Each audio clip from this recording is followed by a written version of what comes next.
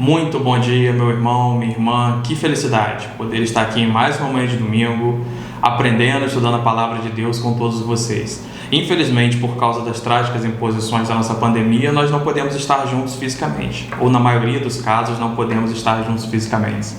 Mas nós estamos estudando e aprendendo da palavra de Deus juntos, ainda que pelas nossas mídias digitais, ainda que pela distância da internet, mas juntos em coração, juntos em desejo, juntos em serviço. E isso eu acho que é o mais importante, é o direcionamento do nosso coração. E eu gostaria de convidar vocês a dar seguimento ao estudo que nós iniciamos aqui na igreja já durante os 4 domingos anteriores. Nós estamos na 5ª lição agora, um estudo que fala sobre os milagres de Jesus. Nós estamos estudando os milagres de Jesus e hoje nós vamos estudar a lição número 5. Eu estou com a minha lição aberta aqui. A lição é disponibilizada em PDF nos sites da nossa igreja, ou vocês podem pedir para os seus líderes de célula, os grupos que vocês participam na igreja. Com certeza algum irmão vai ficar muito feliz em disponibilizar essa lição para vocês. E essa lição ela fala sobre a libertação de um homem possuído por demônios. E o texto base para essa lição se encontra no Evangelho de Marcos, no seu capítulo 5. Antes de ler o Evangelho, eu gostaria de orar com vocês e imediatamente nós iremos para a leitura do texto bíblico. Eu espero que todos vocês estejam com a lição em mãos. É muito produtivo, é muito proveitoso que vocês acompanhem essa lição, esse estudo com a lição em mãos, porque eu acho que vai ser bem mais enriquecedor. É uma lição muito boa, uma lição muito profunda. E eu tenho certeza que, assim como eu, quando vocês terminarem a leitura e o estudo dessa lição, vocês vão começar a perceber coisas nesse texto que antes a gente não percebia. Aconteceu comigo nas manhãs de estudo anteriores, onde eu estava preparando essa lição, e eu consegui extrair riquezas desse texto que eu nunca tinha observado. E eu acredito que você também vai extrair. E a gente queria compartilhar esse momento juntos. Então, assim, se você não tem essa lição, entra rapidinho no site da nossa igreja, www.pib.com, e lá tem a lição. Você consegue baixar no seu celular, para acompanhar no celular, no computador, no local onde você estiver acompanhando. Ou você pode pedir para qualquer líder de célula aqui de novo, ele vai ficar muito feliz em disponibilizar isso para você. Vamos orar, meus irmãos? Pai, obrigado, Senhor, por mais esse dia, Pai. Obrigado por essa manhã. Obrigado, Deus, porque o Senhor nos entregou a Tua palavra, Pai, que é o nosso manual de prática, o nosso manual de fé. Senhor, e ali nós temos tudo aquilo que nós precisamos saber, tudo aquilo que nós precisamos viver. Ali o Senhor propõe, nos apresenta o verdadeiro caminho, Pai. Aquele único, Pai, o único que deve ser seguido por todo aquele que se diz cristão, por todo aquele que segue o nome de Jesus Cristo, Pai, por todo aquele que obedece aos seus desígnios, Senhor. Pai, que o Senhor esteja nos capacitando, que o Senhor esteja nos concedendo a sabedoria, Pai, para enxergarmos na Tua palavra aquilo que ela verdadeiramente quer nos ensinar, Pai. Que nós a vejamos com olhos espirituais, Deus, entendendo o Seu propósito, Pai. Deus, essa é a oração que nós fazemos no precioso nome de Jesus. Amém. Meus irmãos, vamos para a leitura do texto bíblico. Então, de novo, o Evangelho de Marcos, no capítulo 5. Os versículos serão de 1 a 20. Lerei. Eles atravessaram o mar e foram para a região dos Gerazenos. Quando Jesus desembarcou, um homem com espírito imundo veio dos sepulcros ao seu encontro. Esse homem vivia nos sepulcros e ninguém conseguia prendê-lo, nem mesmo com correntes, pois muitas vezes lhe havia sido acorrentado os pés e mãos, mas ele arrebentara as correntes e quebrara os ferros de seus pés. Ninguém era suficientemente forte para dominá-lo. Noite e dia ele andava gritando e cortando-se com pedras entre os sepulcros e nas colinas. Quando ele viu Jesus longe, correu e prostrou-se diante dele e gritou em alta voz: Que queres comigo, Jesus, Filho do Altíssimo? Rogo-te por Deus que não me atormentes. Pois Jesus lhe tinha dito: Saia deste homem, espírito imundo. Então Jesus lhe perguntou: Qual é o seu nome? Meu nome é Legião, respondeu ele, porque somos muitos. E implorava Jesus com insistência que não os mandasse sair daquela região. Uma grande manada de porcos estava passando numa colina próxima. Os demônios imploraram a Jesus: Manda-nos para os porcos para que entremos neles. Ele lhes deu permissão e os espíritos imundos saíram e entraram nos porcos. A manada de cerca de 2.000 porcos atirou-se precipício abaixo em direção ao mar e nele se afogou. Os que cuidavam dos porcos fugiram e contaram esses fatos na cidade e nos campos, e o povo foi ver o que havia acontecido. Quando se aproximaram de Jesus, viram ali um homem que fora possesso da legião de demônios, assentado, vestido e em perfeito juízo, e ficaram com medo. Os que estavam presentes contaram ao povo o que acontecera e ao endemoniado, e falaram também sobre os porcos. Então o povo começou a suplicar a Jesus que saísse do território deles. Quando Jesus estava entrando no barco, o homem que estivera endemoniado suplicava-lhe que o deixasse ir com ele. Jesus não o permitiu, mas disse: vá para casa, para a sua família, e anuncia-lhes quanto o Senhor fez por você e como teve misericórdia de você. Então aquele homem se foi e começou a anunciar em Decápolis o quanto Jesus tinha feito por ele. Todos ficavam admirados. Amém, meus irmãos. Nós acabamos de ler os versículos iniciais do capítulo 5 do Evangelho de Marcos, mas eu queria começar esse estudo com vocês em outro ponto, exatamente nos versículos finais do Evangelho de Marcos, mas no capítulo 4, ou seja, nessa transição entre o capítulo 4 e o capítulo 5, porque o mesmo capítulo 5 ele começa assim: eles atravessaram o mar e foram para a região dos Gerazenos.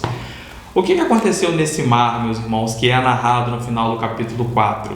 Jesus ali esteve presente numa tempestade física, com ondas, com um barco balançando, com uma chuva forte, com vento forte, e Jesus ele acalma essa tempestade. Jesus ele acalma essa tempestade, ele traz calma à tempestade, exatamente quando ele está se dirigindo para essa região dos Gerazenos.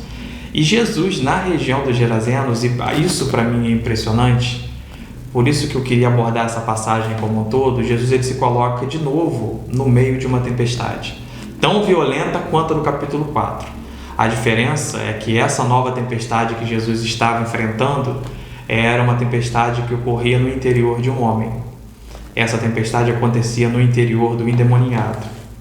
E, queridos, Marcos ele trata essa passagem com tanto carinho que nós podemos encontrar essa mesma passagem nos outros evangelhos, tanto em Lucas como em Mateus, que são os sinóticos.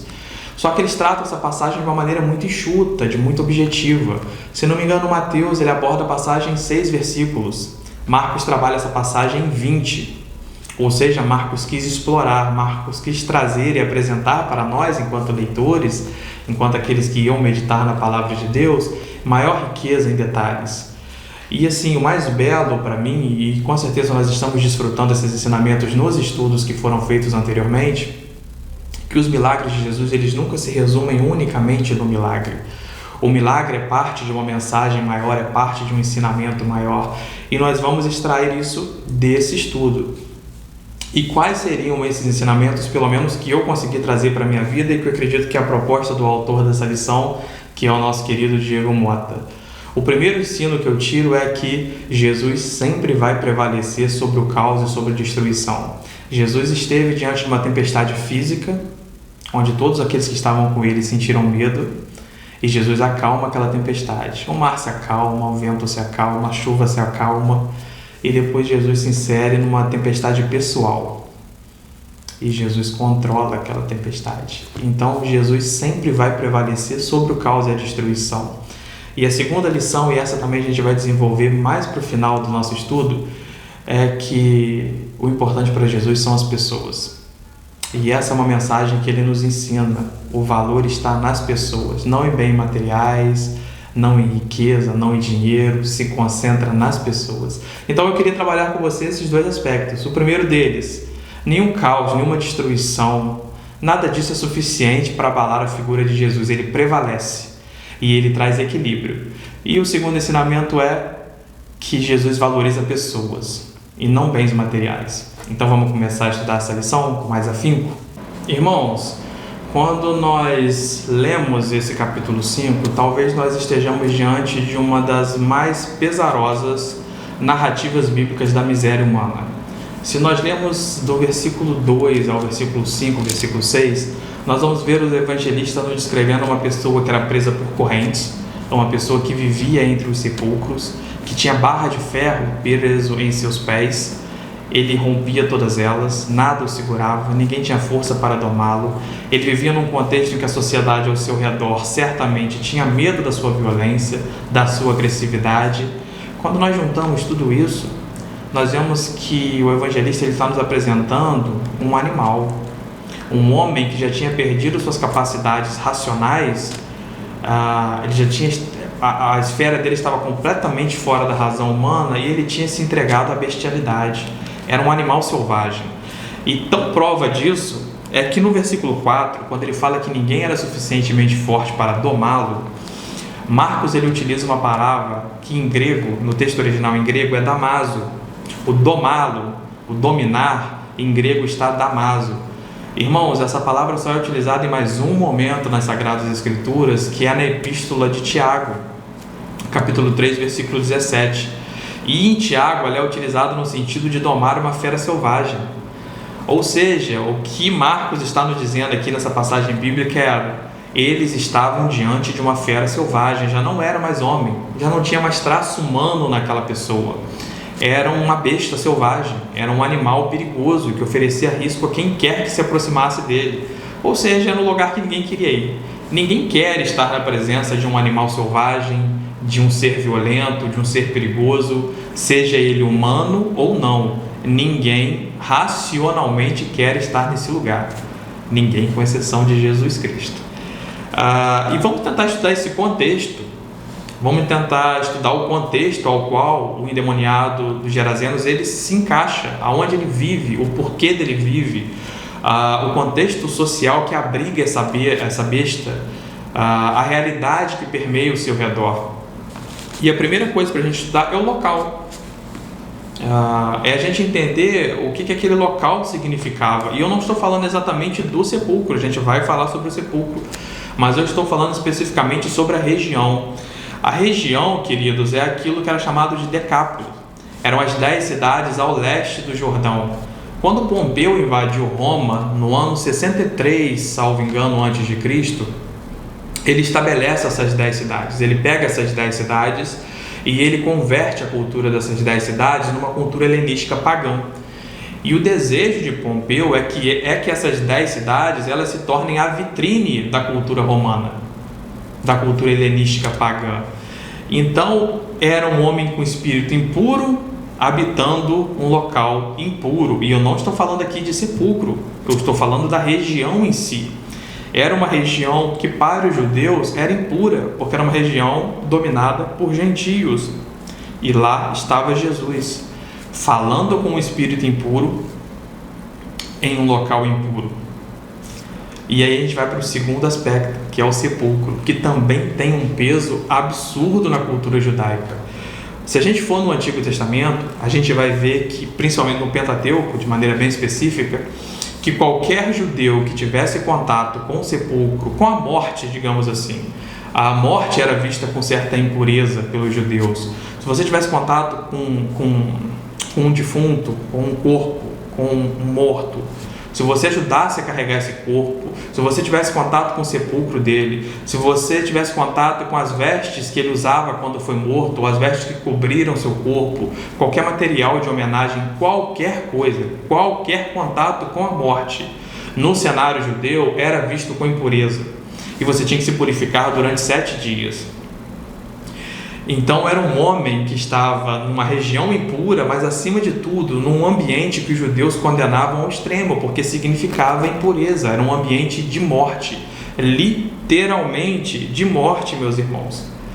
E aí a gente vem para um outro aspecto, a criação de porcos ali no local. A primeira certeza que a gente tem quando a gente vê uma criação de porcos é que é um lugar que não é frequentado por judeus. Os judeus eles não frequentam um lugar onde existe porcos. Eles não vão nesses lugares. Para ele é um lugar impuro. E de novo, com o direcionamento fornecido pelo Pentateuco. Se a gente for, por exemplo, no livro de Deuteronômio, no capítulo 14, no versículo 8, o texto é claro: O porco também é impuro, embora tenha seu casco fendido, não rumina. Se a gente for em Levíticos, no capítulo 11, no versículo 7, o texto diz: E o porco, embora tenha casco fendido e dividido em duas unhas, não rumina, considerem-no impuro.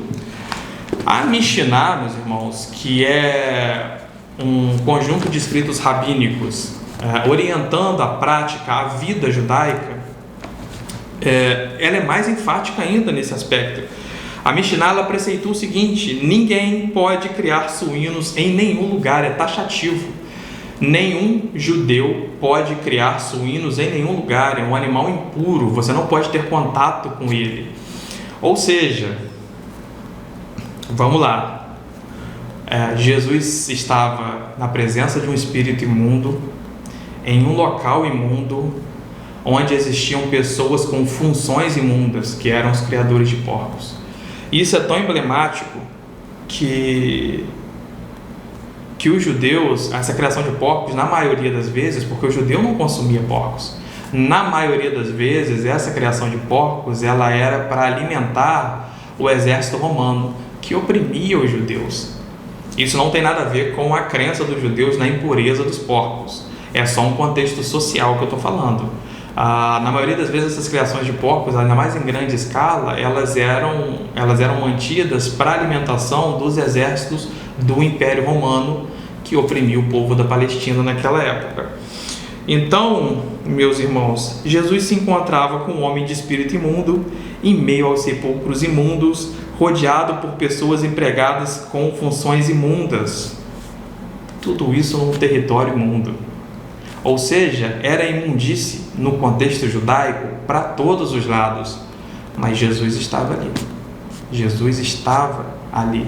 E se a gente lembrar da tempestade lá atrás, a gente vai ver que Jesus traz equilíbrio a todas as coisas, a todos os cenários. Queridos, contrariando a tempestade anterior, contrariando o medo e o pavor que aquele local exercia nas pessoas, ainda assim, Jesus se inseriu naquele ambiente. Mas não é o que eu acho mais surpreendente. O mais surpreendente para mim na história, o mais impactante para mim, é quando o endemoniado se coloca diante de Jesus, toda aquela violência, toda aquela agressividade dele some e ele se coloca diante de joelhos, ele se prostra diante de Jesus. A agressividade desaparece. E quando ele se prostra diante de Jesus, e isso aqui eu acho espetacular, o endemoniado grita em alta voz: Que queres comigo, Jesus, Filho do Deus Altíssimo? Rogo-te por Deus que não me atormentes. Quando a gente vai nos comentaristas bíblicos, nos estudiosos, eles não conseguem ver um contexto de adoração. Os demônios que estavam no interior daquele homem, eles não estavam adorando a Deus, mas eles estavam reconhecendo a soberania de Deus. Como é dito no texto de Isaías, do profeta Isaías: todo joelho se dobrará diante de Deus. Toda aquela violência, toda aquela agressividade do endemoniado, ele cai por terra, ele se prostra de joelho diante do soberano, diante do Deus Altíssimo. E essa palavra Deus Altíssimo, essa aplicação Deus Altíssimo, para os judeus ela tem uma importância ímpar, porque ela retrata exatamente isso, o Altíssimo. É uma forma que eles tinham de colocar o Deus de Israel, o nosso Deus, acima dos deuses pagãos daquela época. O Deus Altíssimo, o Deus que está sobre todos os outros, o único verdadeiro Deus, sobre qualquer falso Deus ou deusa que existia no mundo pagão daquela época. O mundo pagão romano, o mundo pagão helenístico da cultura grega. O nosso é o Deus Altíssimo. E os demônios que estavam no interior do endemoniado reconhecem isso. Que queres conosco, Filho do Deus Altíssimo? Eles colocam o Deus acima de todas as coisas, até os demônios. Eles se colocam de joelhos diante de Deus. A agressividade desaparece. Por quê, meus irmãos? Por causa da soberania, por causa do reconhecimento da autoridade que estava diante deles.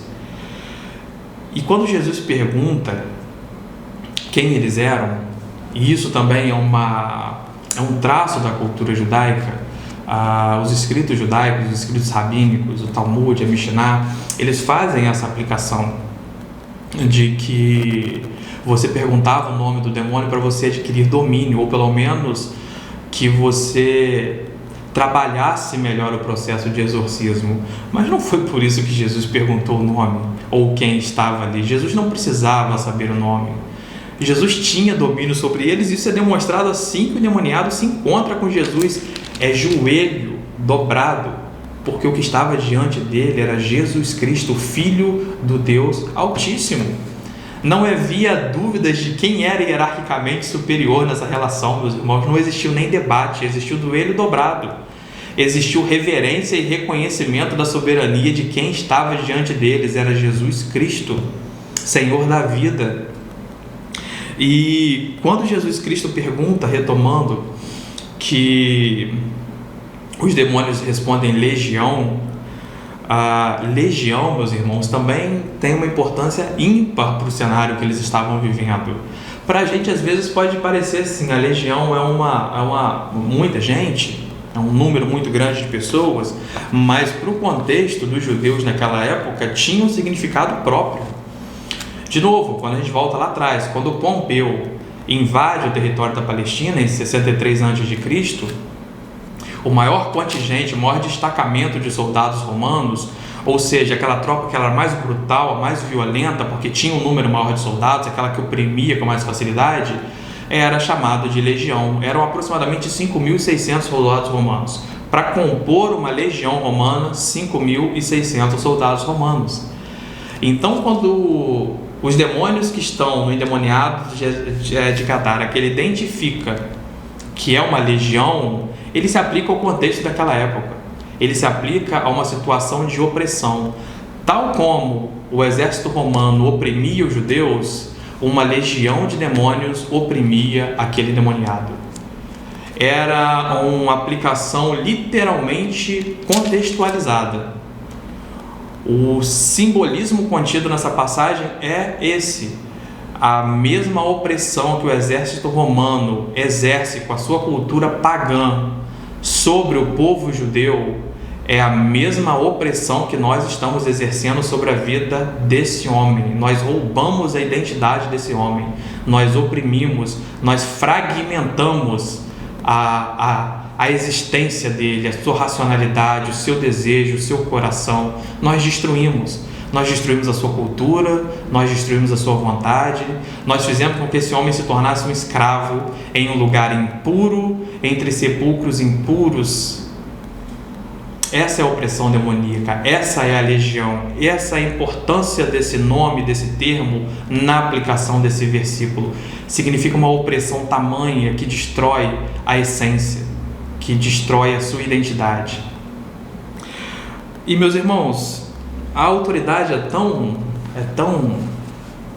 sublime, é tão fácil de identificar a autoridade de Jesus, que até para eles saírem do corpo desse homem e se dirigir para os porcos, eles pedem autorização. E Jesus autoriza. E eles saem do corpo desse homem, eles entram nos porcos, e os porcos caem penhasco abaixo, no desfiladeiro, e morrem afogados. Os porcos impuros na cultura judaica. A leitura que eu faço, eu digo até que em um ambiente até de certa forma poético da gente ver isso, é como o inimigo, o diabo, o acusador de nossas vidas, Satanás, como ele lida bem com a impureza, que era o que significavam os porcos naquela época, e como a tendência tanto de Satanás quanto daquilo que é impuro é cair desfiladeiro abaixo. A única autorização que Jesus tem para essa figura tão detestável que é Satanás é desfiladeiro abaixo, é queda, é morte, é destruição. Nunca para cima, é sempre para baixo. E assim, de novo, é uma visão poética, minha, mas que eu acho que tem uma aplicação no texto tão significativa, de que eles precisaram da autorização de Jesus, e o caminho que eles percorreram é desfiladeiro abaixo, junto com tudo aquilo que é impuro, representado pelos porcos. E, meus irmãos, aquele homem foi liberto. Aquele homem depois é visto reintegrado à sociedade, bem vestido. Mas uma das coisas que mais chama a atenção nesse texto é que as pessoas que estavam ali, potencialmente os criadores de porcos, eles ficam entristecidos e provavelmente bravos, decepcionados, porque perderam seu rebanho. Eu acredito que seja esse o termo, não tenho certeza. Eles perderam seus porcos, em um número muito grande, conforme o texto bíblico nos retrata. E eles vão conformados contar isso para a cidade. E uma coisa assim, falou muito profundamente ao meu coração, que é, muitas vezes a gente pede muito sinal de Deus, para que Deus se manifeste, para que Deus faça um milagre, mas quando Ele exerce a soberania dele nas nossas vidas, quando Ele faz alguma coisa para o nosso bem e às vezes a gente não entende, a gente se irrita, a gente se decepciona. Quando Ele se manifesta de forma intensa, a gente se decepciona com Ele. Mas aí vem o ensinamento mais profundo dessa lição para mim. É que normalmente nós fazemos isso porque nós valorizamos mais bens materiais do que vidas. O que era aqueles milhares, centenas de porcos diante da vida daquele homem? Para Jesus, nada. Jesus se insere num contexto de medo, pavor e violência e traz libertação para um homem. É isso que importa para Jesus nessa cura. O que importa para Jesus é o homem, é o amor que Ele sente pelo homem, por mim e por você. É por isso que Ele se insere num contexto tão sombrio para libertar um homem. O restante da sociedade não entende, mas Jesus traz libertação para o homem. E meus irmãos, eu acho tão sensacional que quando a gente vai para o final dessa passagem bíblica, nos versículos 19 e 20, nós vamos ver que esse homem, esse curado, ele torna-se o primeiro missionário pregador enviado por Jesus. Esse cara que era um endemoniado, ele se torna o primeiro pregador missionário enviado por Jesus no Evangelho de Marcos. Porque ele fala, vá para sua casa e anuncie todas as coisas. E fale o que aconteceu, narre, descreva. Ele é o primeiro, irmãos, missionário pregador. Um cara que há minutos antes era um endemoniado, com uma legião de demônios. Então, assim, eu gostaria muito de encerrar essa lição com vocês com essa mensagem de que a vida das pessoas, a nossa existência, a nossa vida é o alvo do amor de Deus, não os bens materiais. Não foi pelos porcos, não foi por dinheiro que Jesus enfrentou uma tempestade no mar e depois enfrentou uma tempestade no íntimo de um homem. Ele fez isso tudo pela vida do homem. Ele fez isso tudo pela pessoa, ele fez isso tudo por amor àquele homem. E essa é a lição que ele traz para a gente. Que mesmo numa cidade impura, entre sepulcros impuros, no meio de um espírito impuro, com pessoas de funções impuras, Deus traz equilíbrio, Deus traz paz, Deus proporciona mudança. É essa a lição. Para nós não negligenciarmos pessoas em meio à realidade tão triste. Para nós não negligenciarmos pessoas em meio a bens materiais, que nós não tenhamos preferência por bens materiais, meus irmãos. Essa passagem bíblica, no capítulo 5 do Evangelho de Marcos, ela é enfática. Jesus muda a realidade de pessoas. Nem que para isso uma manada de porcos tenha que morrer. Nem que para isso muito dinheiro seja perdido. O mais triste da história é que muitas pessoas não entenderam. Muitas pessoas preferiam seus porcos nos pastos, nos chiqueiros, nos currais, e aquele homem lá, no seu estado bestial. Mas Jesus muda essa realidade. Esse é o ensino de Jesus contido nesse texto. Não era o que aqueles homens queriam, mas era o que Jesus queria. Meus irmãos, essa é a lição que nós estudamos hoje. Eu espero que ela tenha sido tão enriquecedora para vocês quanto ela foi para mim. E a gente se encontra no próximo estudo, se assim Deus permitir. Vamos orar? Pai, obrigado por essa manhã, obrigado pela Tua palavra, obrigado, Deus, porque o Senhor nos ama de maneira tal, Pai, que é capaz de mudar a nossa realidade, que é capaz de nos tirar de um ambiente sombrio. E ainda que nós estejamos nesse ambiente, Pai, o Senhor está ali conosco. E nós Te agradecemos por isso, Deus. Nós Te agradecemos por Jesus Cristo, Pai, porque Ele nos resgatou, Pai, porque Ele nos lavou com o Teu sangue. Nós agradecemos, Pai, por tudo, no precioso nome de Jesus. Amém, Senhor. Amém.